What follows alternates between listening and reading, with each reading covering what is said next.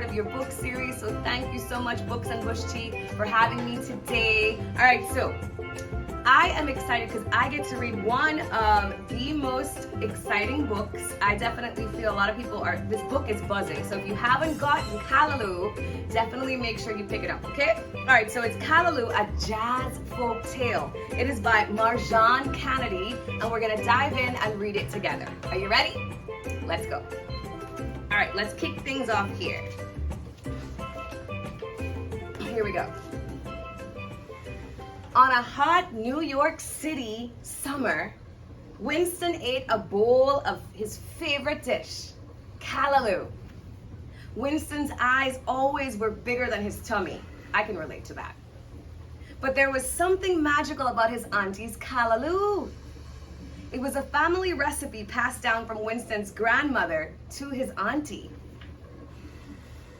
"Winston," said his auntie, "what you got, a belly of goat? You ate all the Callaloo." This sounds very familiar because I always tend to eat all of the food too. "Go down to the roti shop on Flatbush Avenue and pick up some dasheen bush for me." Look at Winston. So Winston ate all the Callaloo. It must have tasted really good, right? All right, let's keep reading. Winston walked slowly to the subway. "Delicioso! Cómprame un icy!" "Delicious! Buy an icy!" shouted the icy lady. "Ruff!" barked Cosmo, the neighborhood dog. While devouring 2 cocoa ices, Winston heard a whisper. "Winston! Winston!" This is getting good. He looked to his left, he looked to his right, and to his back. What did he see? Where did that voice come from? Thought Winston. He shrugged and hopped on the train and headed to the roti shop. Sitting patiently, Winston gazed out the subway window. His eyes grew big. Where did all the familiar buildings disappear to? He thought. From now, he was no longer in New York City, but now on a quaint Caribbean island of Tobago. Now, I'm from Trinidad and Tobago, and I have to agree with our author, Marjuan Canady. Tobago is quite quaint and lovely, so next time you have a chance, tell your parents to take you to Tobago, okay? I promise you'll love it. All right, back to the story. Here we go. This is Tobago. Winston loved Tobago. He often daydreamed about bathing in the crystal clear water, devouring morning doubles, and listening to his wise grandmother's stories. He loved Tobago even more than the ices and the Callaloo. See, Winston's like me, you guys. He likes to travel. I like that. Especially sometimes you don't get necessarily to take a trip, but you can take a trip in your mind. So it's always really awesome and exciting and adventurous to just take a break and drift away in your mind and travel. Back to the story. Here we go. He could hear his grandmother calling him. "Winston! Winston!" said grandmother. "The sun is almost set. Go down to the river and go and bring me 2 crab. We need it for the Callaloo." As he approached the river, Winston thought, "Wow, look at these crabs. My grandmother can cook them all for me. I'll bring back 4 instead of 2. Winston greedy like me. Suddenly, a menacing shadow appeared from the trees.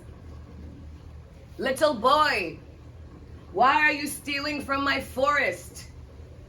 Beloved Papa Boy, peacekeeper and protector of the animals in the forest." Winston screamed, and he ran off before Papa Boy could utter another word. The day grew into night. As Winston stopped to catch his breath, he saw a man covered in black paint. As the man inched closer to him, he noticed his curly fingers and nails and hairy face. "A werewolf!" cried Winston. It was a lagahoo. What is a lagahoo, Olia? Let's take a look. Ow! Howl the lagahoo. Frightened Winston took off into the night, running faster and faster and faster towards a flickering light in the distance. Under the light sat a group of men linemen. Help! Help, he says. A lagahoo is after me. Help! Shouted Winston. Boy, calm yourself now. You must have dog yampy in your eye. Laughed one man. As the men laughed, Winston noticed the figure of a beautiful woman walking alone. Excuse me, gentlemen, interrupted Winston. That woman over there seems to be lost. Stay away from she, screamed the man. She is a larger blast. Look at she foot how cuff. Winston stopped dead in his tracks. Don't stare at she, yelled another man. Don't stare at she. Winston and the man hid their faces, but they could still hear the thumping of the cow hoof, inching closer and closer and closer, until... What happened? Poof! She was gone. The eldest man stared deep into Winston's eyes and said, "Yeah, bad luck, little boy. Get from here now. Get out from here." Things are getting tense. Let's see what happens next. As Winston ran off, he came to a fork in the road. He looked to his left, and he looked to his right, and he looked to his back, and he was lost. His gut told him to go right. But the more he walked, the more he grew tired. "What is that?" said Winston, covering his eyes and his ears. He heard a screeching hiss, followed by a blinding flash in the night sky. What was that? It was a sukonya, an old lady by day, but a vampire by night. You know, I didn't think this story was going to be a little scary, but it's a little scary. It's very cool. Let's take a look. Pain struck his arm. His body grew weak, and his tummy turned sick. His arm had turned black and blue. The sukunya had shook him. Winston was so sick. He fell into a deep sleep. By morning, he woke on the grainy beach sand to find his arm had magically healed. Gazing at his reflection into the ocean, he saw a woman staring back at him. Another woman? I would be scared by now. Let's see what happens. It's a Mama Dilo, wife of Papa Bois, and protector of all the sea animals. Check Shina. Winston, snickered Mama Dio. Your greed troubles me. I'm so sorry, pleaded Winston. I'm sorry. You were sent to me to learn a lesson, she says. Now, if you return my crabs, I'll remove the spell that was placed on you. If not, you will suffer the consequences. Winston obeyed and returned her crabs. One by one, the crabs swam back to Mama Dilo, splashing around their queen. Just like that, the spell was broken. Mama Dilo magically returned Winston back to his grandmother. Winston's grandmother was vexed. She was vexed with him, and he returned with no crabs. Winston, what is this? What will we eat with our callaloo? Said grandmother. Very well, very well. Just go out into the garden. Get me a bushel of dashing bush boy. No more, no less, eh? One bushel. As Winston walks to his grandmother's garden to pick the dashing bush, he heard a familiar whisper. Winston, Winston. He saw two backwards feet and the mushroom head poking out of the bushes. It was a Dwen. Winston, I'll give you more dashing bush if you come and play with me. All these childhood stories, I don't know, huh?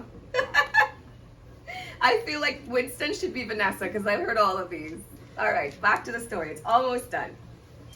But he remembered Mama Dilo's words and grandmother's request. So without hesitation, he ran as fast as he could back home. He ran, and he ran. He ran so fast that he ran right into Irene's roti shop on Flatbush Avenue. That night, Winston and his auntie ate a delicious Callaloo dinner with some authentic Caribbean dashing bush. And he never again took more than he needed. Something magical lay within that Callaloo. That's the end of the story, you guys. And the moral of the story is never take more than you need. And listen to your granny and listen to your aunties, okay? And don't wander in the forest. And make sure you travel to Tobago, because there's a lots of fun and cool things to do in Tobago. This book was absolutely awesome. Thank you so much, Marjuan Canady.